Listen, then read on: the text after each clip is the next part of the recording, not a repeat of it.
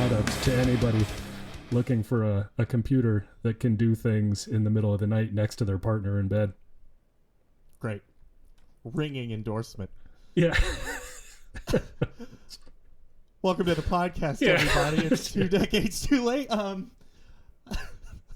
Brad. This is Josh. What's up, everybody? Yeah. Can we leave that in? Yeah. I mean, yeah, I guess. Yeah. Yeah. All right. Cool. I got a Buick ad coming up next, so I'm just going to pepper them in.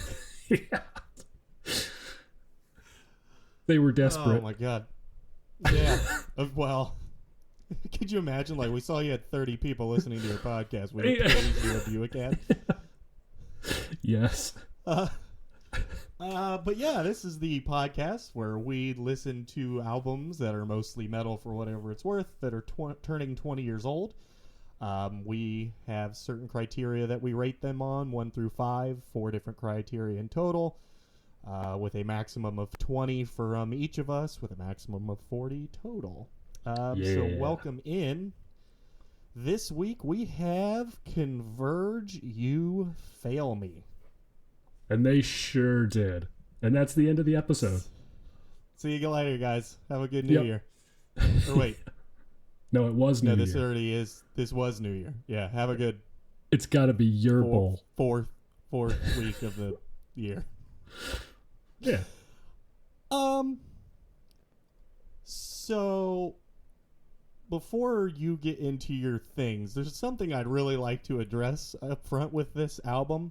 A couple things, actually. One, that when I'm learning that when I listen to some things at a high level and don't like them, I then end up liking them once I have to do the deep dive portion or like the track by track breakdown that I do for the podcast. For sure. And that was the case here. I hated it. And like absolute transparency, I tried talking Josh out of doing this one. Yeah, that's the BTS on this episode.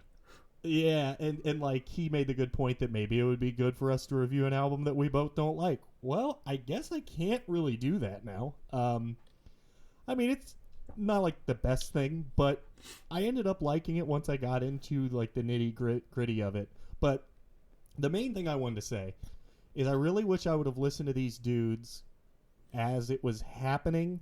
Mm-hmm. So rather than thinking all of the time like, man, this sounds like Every Time I Die, instead, and rightfully so, it would be, man, Every Time I Die sounds like this. Because there are parts that are just, I mean, Every Time I Die ripped their shit off pretty hard at times. I had that in my notes. Like, oh, this sounds like Every Time I Die. And then I was like, no, it probably doesn't. Every Time I Die probably sounds like this. They, Every Time I Die did like a mini documentary thing for...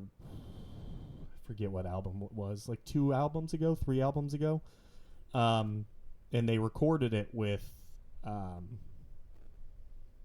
Kurt Ballou, the guitar player from Converge, because he records a lot of people. Yeah. He's kind of like the other side of the Will Putney coin. And they were talking about it, and he was like, Andy from Every Time I Die was like, dude, one time, like, we were playing a show with you guys, and, like, you heard it, and after the show, you're like, yeah, that was really cool back when we did it. And Kurt was like, man, I don't ever remember saying that, and if I did, I am so sorry. That is such a dick move. And Andy was like, dude, I didn't even get mad about it, because it was, Yeah, it was true. Yeah. It was definitely true. So part of the reason I convinced us to soldier on with this album was because of Converge's long history. They're always kind of one of those bands you hear cited as an influence, just largely impactful. 20 years ago, I never understood why, because I didn't really care for them. I didn't care for what I tried to listen to, but they got started in Salem, Massachusetts, so part of that New England metal and hardcore scene in a big way. Yep. Honestly, them probably, to a large extent, kicking a lot of that off. Yeah, most likely. I mean, they formed in 1990, so at this release, they were active for 14 years. Compare that to... That's bananas. a couple of the recent albums we listened to, where it's like, oh, they got signed the very next day they formed. So yeah. Well, it's also too like you get those bands like Aftershock and Overcast that eventually became Shadows Fall and Kill Switch. It's like, I guess maybe the band they ended up in wasn't active for very long, but whereas Converge was just Converge the whole time. Yeah, which is crazy. Super crazy to me. This is still the same lineup. This is their current lineup as the people who recorded this album. So it's Jacob Bannon, vocals and lyricist, Kurt Ballou, as you mentioned, guitars, vocals, bass guitar, keyboard, percussion.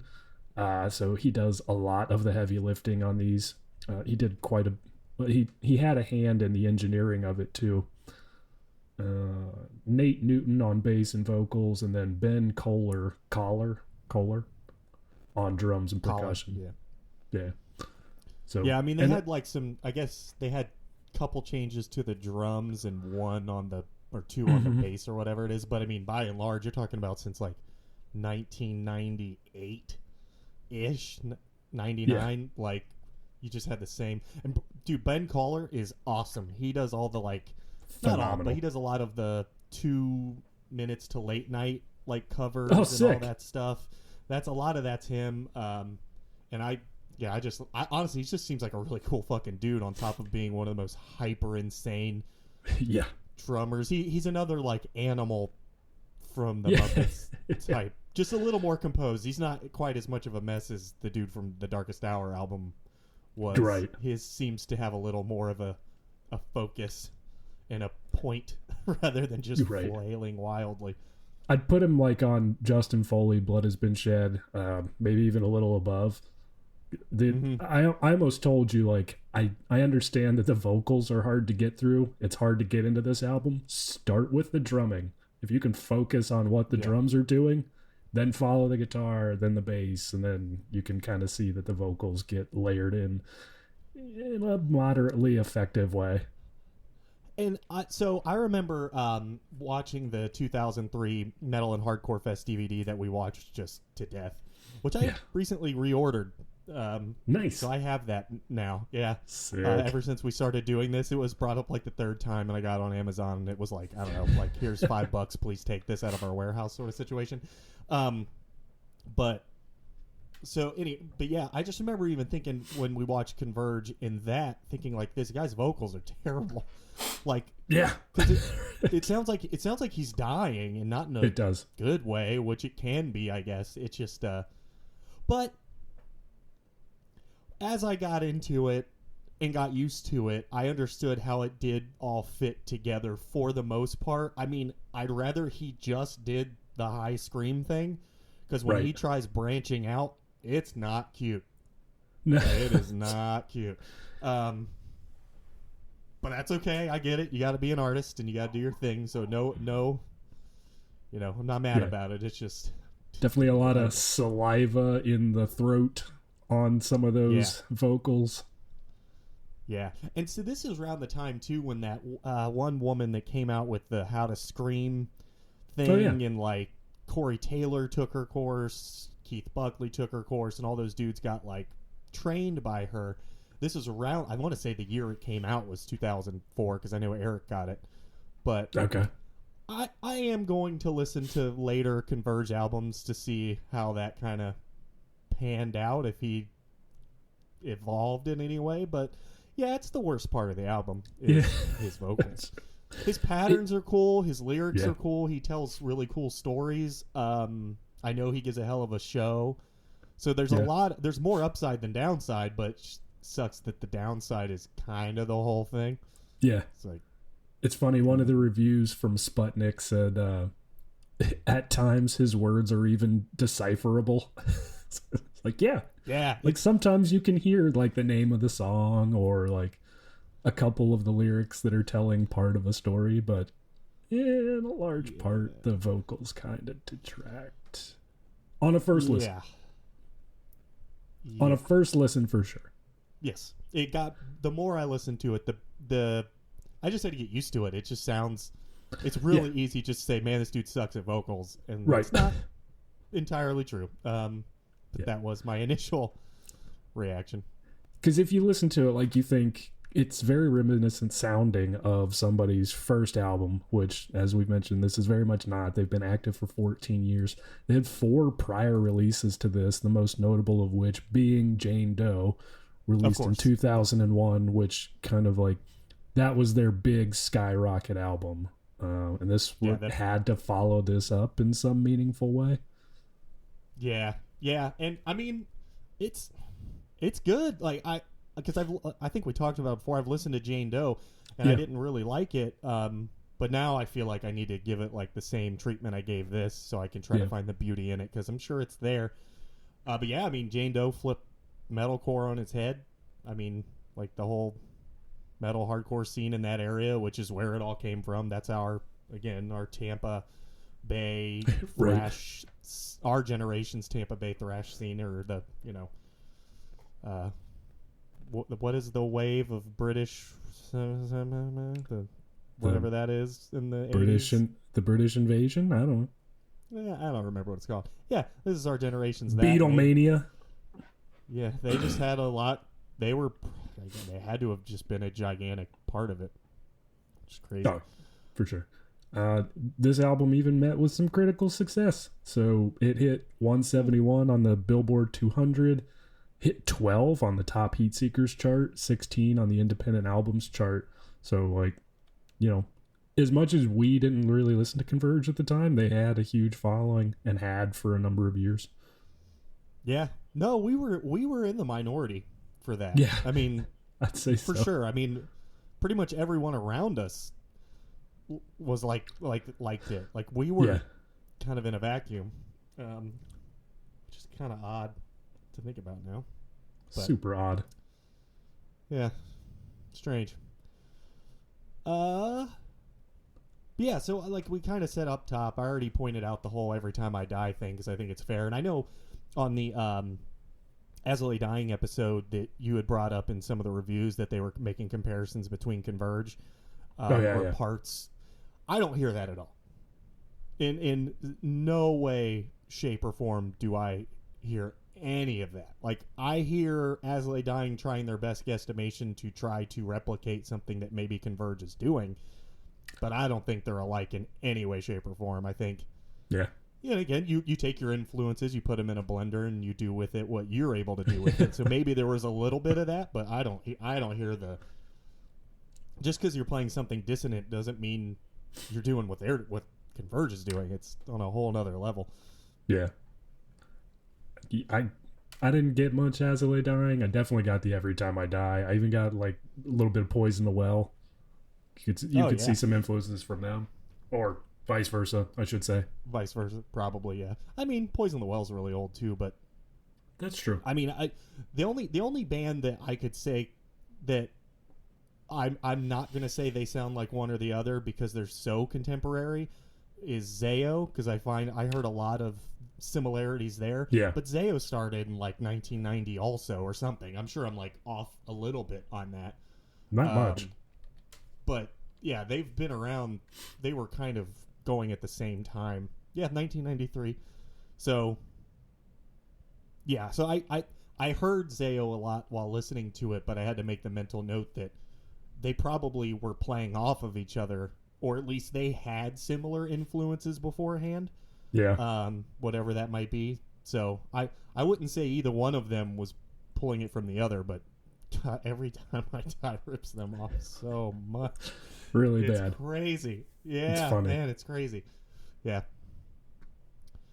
Also, I know we've Converge has been brought up a weird amount on this podcast. Yeah. And I'm sure that I've put my foot in my mouth in comparison to how I feel about this right now. So yeah.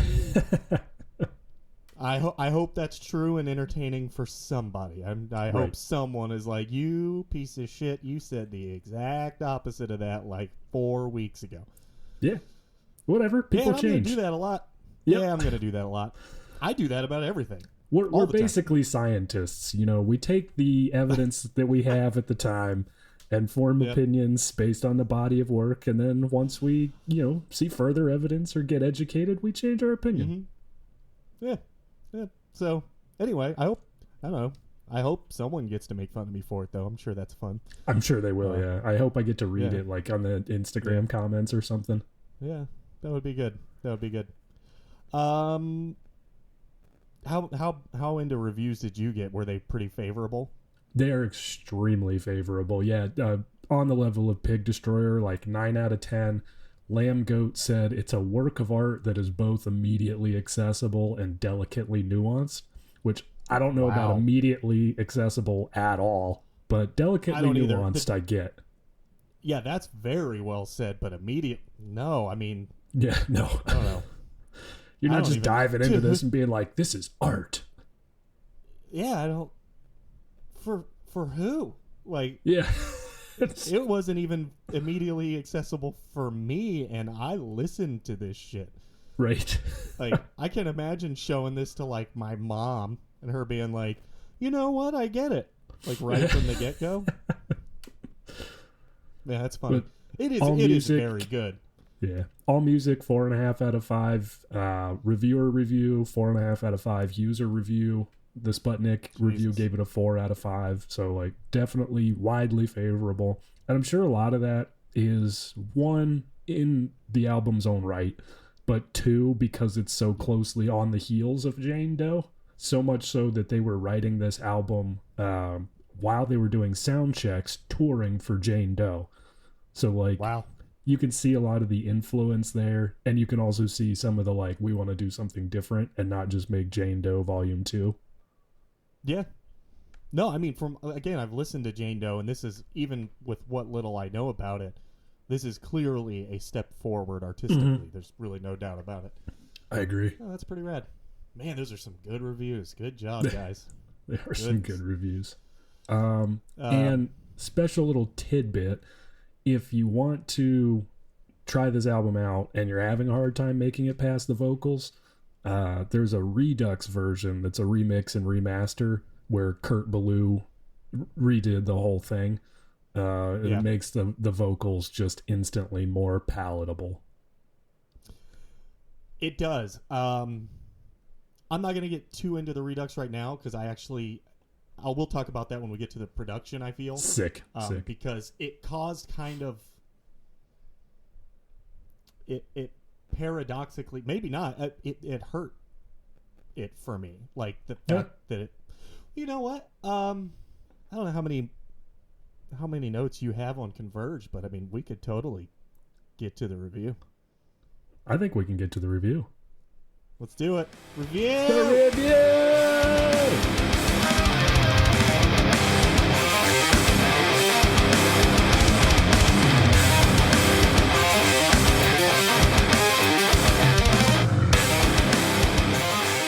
Sick. So, Brad clapped.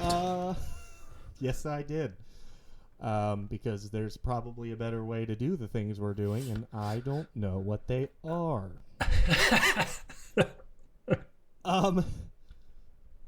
So, what did you think of the artwork on this album? Gave the artwork on this here album a 5. I love it as a graphic. It's totally my aesthetic, my kind of subject matter. It was done by Jacob Bannon. So, you know, I always love when a band member has like part in the creation of the whole look and feel of an album. So agreed. I love it. I think it symbolizes the meaning of the record. It kind of it's got this feel that complements the sound of the album very well. So I gave it a 5.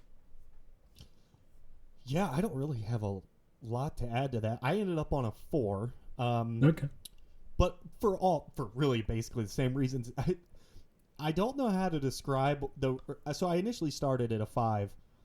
But do you remember the clothing brand back then called Atticus?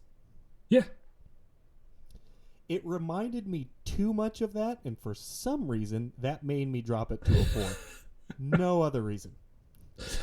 So, awesome. There's no objectivity in that in any way, shape, or form. It just... Because it's great. It really is great. It totally... As soon as you start listening, you know that artwork had to be exactly what it is There's no other way around it. Right.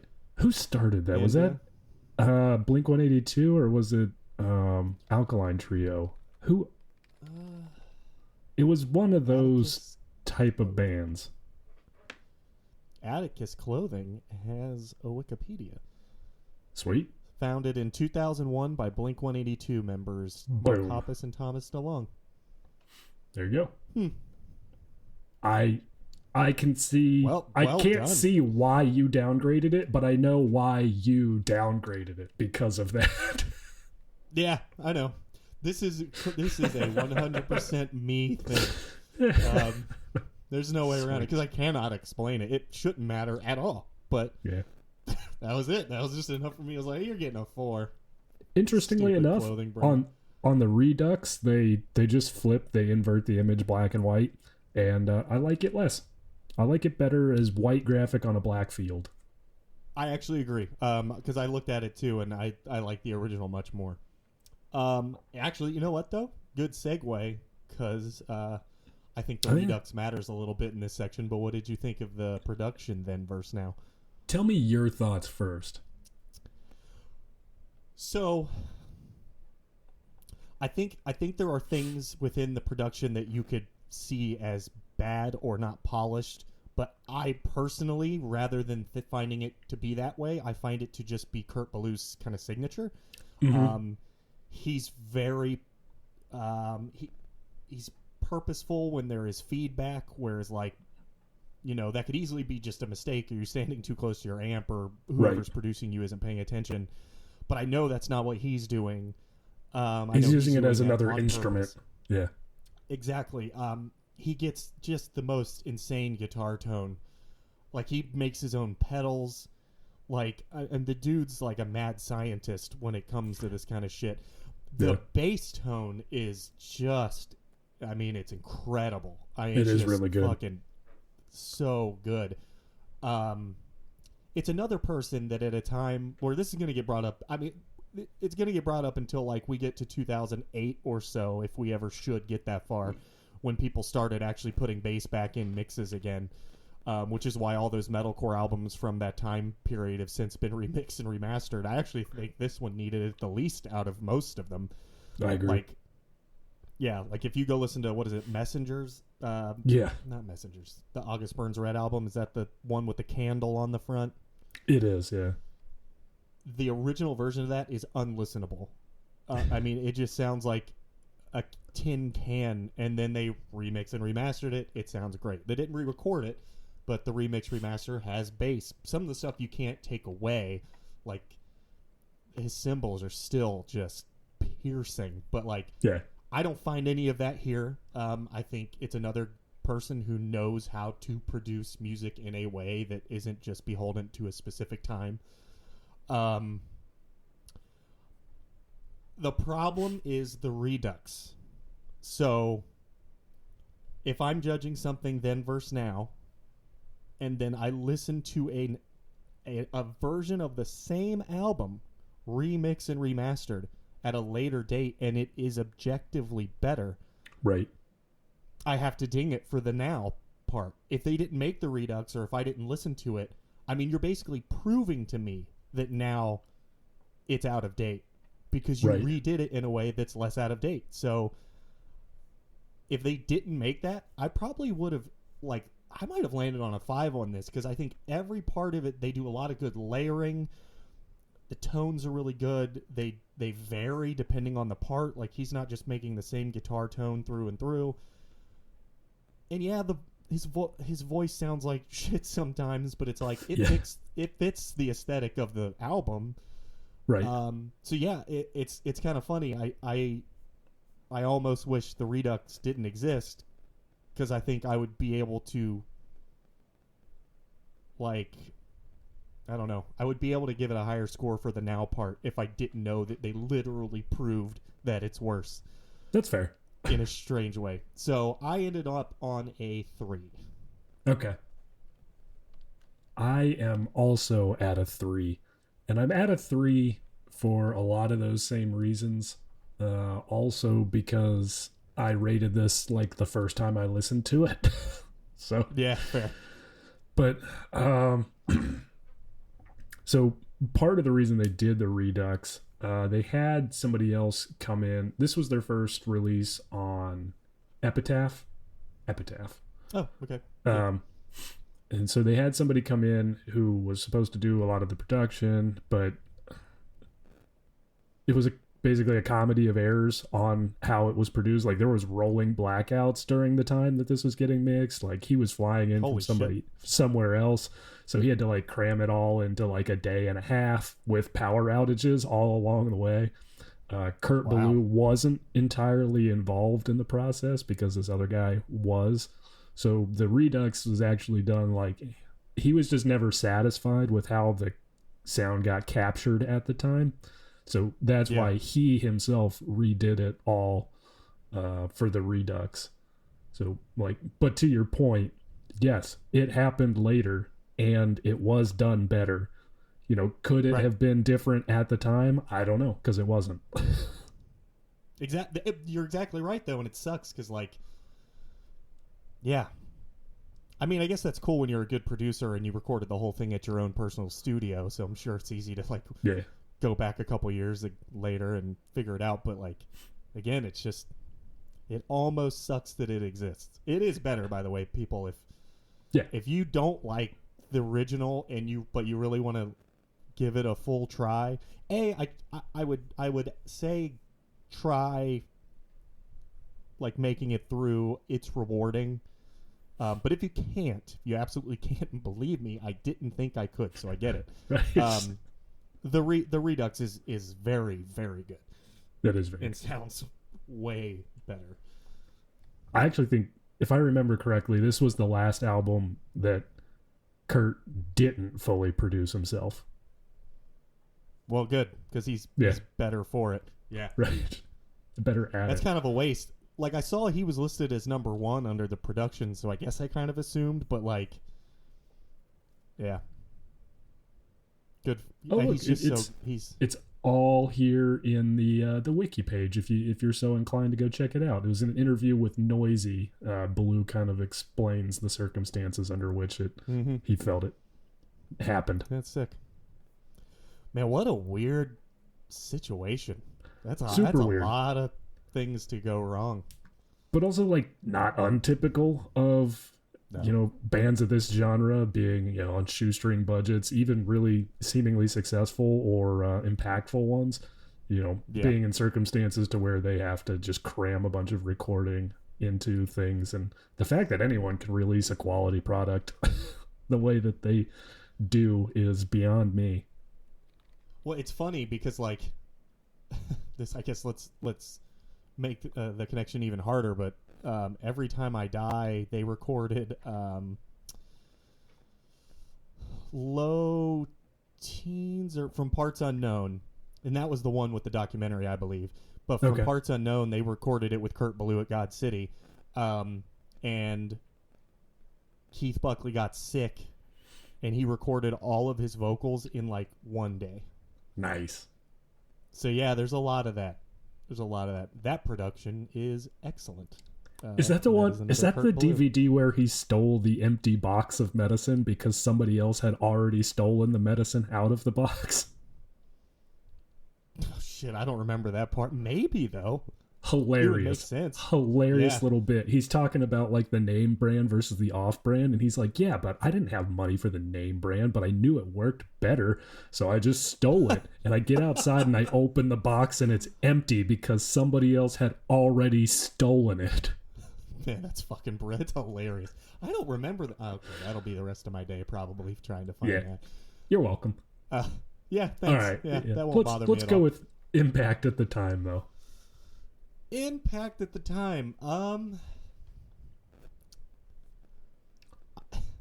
feel like I'm doing this a lot. I can't give it a 1 because Every Time I Die impacted us so hard.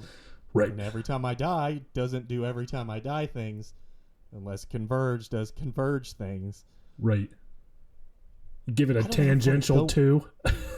Well, that's the thing. It's the tangential part. It's like, that's a constant here, it seems. Like, we're finding things that we weren't into at the time, but it's impossible to say that it couldn't have impacted us because it almost had to, just not directly. I almost want to say this gets bumped to a 3 in a strain. Normally it's a 2, that's because I don't want to give it a 1, but Every Time I Die is like a carbon copy at times of, like, Every Time I Die just learned how to be catchy quicker and started adding like that stuff. And Keith Buckley is like a very good singer and all of those things that I don't know if Converge was capable of at the time or wanted to do, by the way. I have no idea. That's fine. And so they were more, they had all of that stuff, but they went like the catchy route. Right. But at the same time, they were 75% Converge ripoff. You know what I mean? Like, so I think I'm going to go 3. I mean, I think that might be pushing it a little, and maybe 2 is more appropriate, but I just can't overstate how much Every Time I Die meant. And if that's what if I'm going to constantly say they ripped them off, then thanks, Converge. Yeah, right. Yeah. That's kind of what you got to go with. Yeah. I feel bad for doing this, and for all those reasons you just explained, but I'm going to give it a 1. Because like even Every Time I Die wasn't super impactful on me at the time. I preferred the more melodic bands.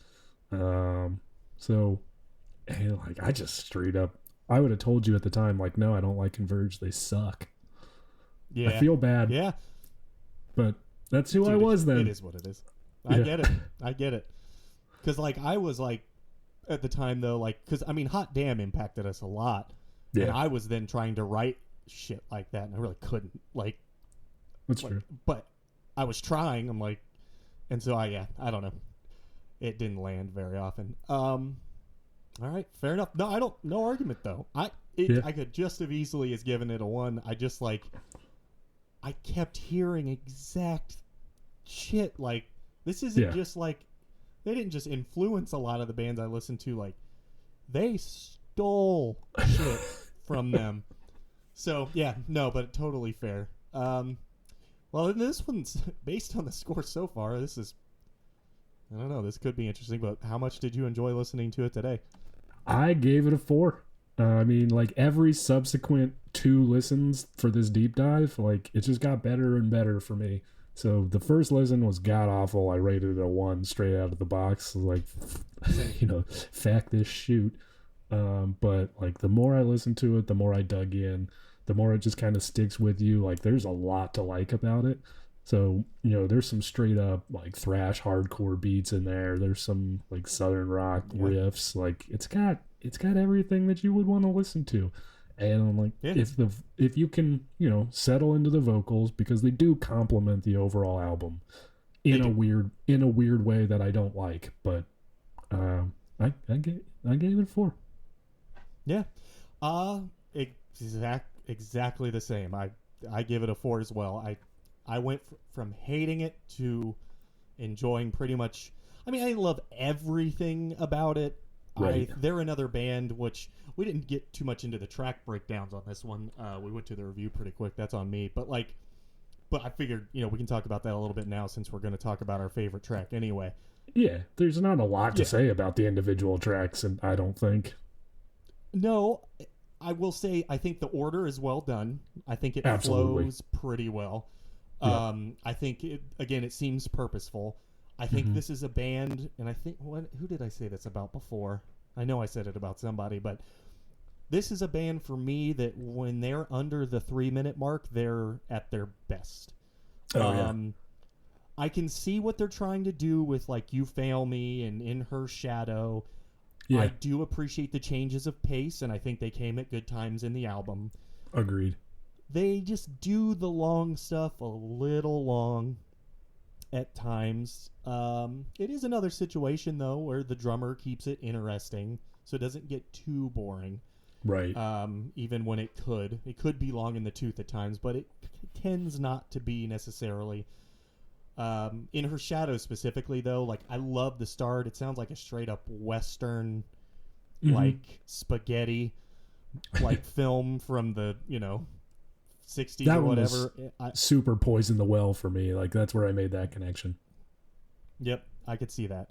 I don't think his voice what he's doing is not good in this. And I don't think this is one of the tracks that I think he is almost to its detriment a little bit. Because he's trying to do stuff that I mean, he couldn't do his high screaming over it. I know that. I guess I don't know what else he was supposed to try to do, but I don't think it was particularly successful. But yeah, you're right. I mean, I will say there, if you go back and listen to or if you did listen to the Pig Destroyer album, they did a good job of, I never really got bored. Yeah, and right. That's not easy to do. No. You Fail Me was like the only time on this album that I felt myself like, okay, this is getting a little long in the tooth. Yeah, no, I completely agree. I like that it's totally different. I do like that. But I don't know. Yeah. So what was your favorite song? What ended up being your favorite song? My favorite song is Death King, track 10. Oh, okay. 2 minutes, 7 seconds. Shred Your Face. It's kind of got a breakdown that's really heavy because Kurt Ballou's insane, crush your fucking skull guitar tone. Like, though, I mean, I had all the ones that I was trying to choose between. Like Black Cloud was another one that was a possible favorite. Heartless was another one. Again, for them, they are best under 3 minutes, and so I gravitated toward those for the most part. Yeah. What about you? So, like, if you put in a bag of popcorn and you put on a song, like, you don't want that shit to come out burnt. So, like, keep it under 3 minutes, folks. Yep. I don't know. Not like, it's something. I mean, it could be worse. It could be worse. I've made worse analogies on this podcast so far, no doubt about it. Hypothetical? My favorite song was Dropout. I thought it was very Every Time I Die, maybe some like melodic Misery Signals action. Just it caught my ear differently where it is in the album than some of the preceding or following songs, and I really just love the guitar riff in it and the way it kind of just permeates through the end of the song. I think it's super well done, catchy enough for you to like latch on to, and just kind of that was my favorite. If I was going to tell somebody to listen to one song on this one, it wouldn't be that one, actually. It would be Eagles Become Vultures, but Dropout was my favorite. It's funny because I would also say listen to Eagles Become Vultures. That's very funny. And actually, I missed it, but I had Dropout as a possible favorite too. I like that the bridge again with music like this. I don't know. Maybe it's a bridge. Maybe you would call it a bridge. I have no idea. After like the vocals are isolated, it's so sick, and then like that riff at the end, like Fall of Troy must have heard and said, "We can make our entire sound out of that. We can just do that all the time." So no, I agree. It's super good. Very good choice. It's funny. It's like every song under 3 minutes except the intro I put as a possible favorite now that I'm looking through it. So keep it under 3 minutes, folks. Yep. That's just good advice all around. I guess so. I mean, not all bands, obviously, but it's just another Pig Destroyer thing. It's weird that you can do so much in such a short amount of time and cover so much ground. But, I think the main takeaway for me on this is don't sometimes judge a book by its cover, and this was a very good example of that for me, of literally hating it and texting you saying, please, can we not do this on the show? Right. To going like, this is really good. It's really pretty good. And it is. Again, I don't think it'll make it in my regular rotation, but it might pop into my head. I'll be like, if it pops up, it'd be like, hey, you haven't listened to this in a while. I'll be like, you know what? You're right. Let's throw it on. Yeah, I could see it. I'm with you. All right.